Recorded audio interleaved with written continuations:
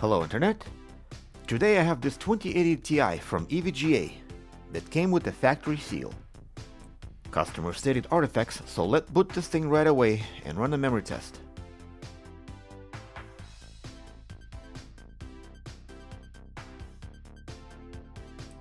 Memory test is running and everything seems fine. So why did the customer complain about the artifacts? I don't know. Let's boot into Windows and see if we can experience those artifacts ourselves. And as you can see, the furry donut is looking good.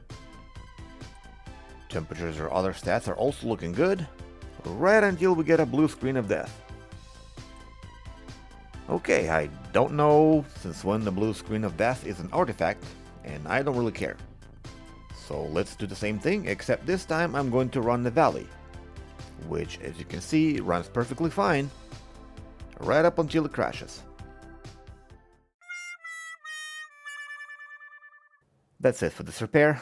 I hope you guys have learned nothing today. Please hit me with a like, comment, and I'll see you in my next video.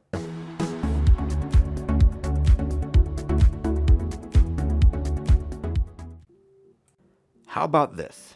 Let's run the memory test while card is hot. To keep it from cooling down, I will keep my finger on the fan so it's not spinning. And the test has passed. Let's boot back into the Windows and we have an error code 43. Great! Now let's repeat the exact same process with the memory test and now it's failed. Perfect. Maths gave us a small error on A1 while NVMT is completely oblivious to the error. Possibly because the card has cooled down enough before the NVMT test has ran. I don't know, and I don't care because we now identified the problem, and that's all we need. Next step is to remove 300 screws and clean up the board before doing any work. I'll start by removing the putty from between the coils, followed by super cleaning the core and removing silicone residue left from the old pads.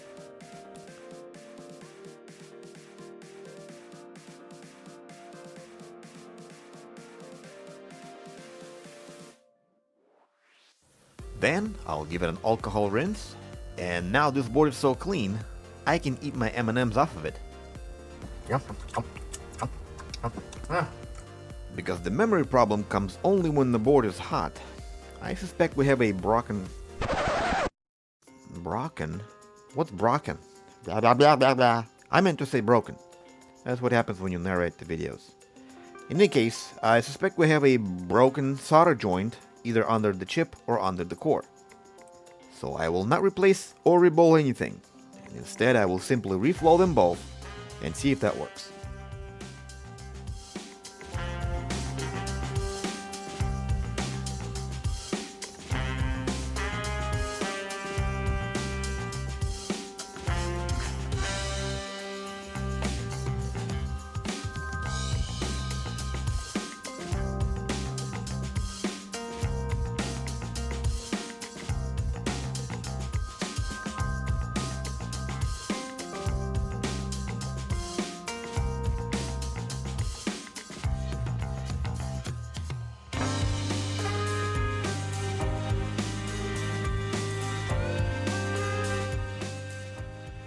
Card is cooled, memory test has passed, and I think we have a fix.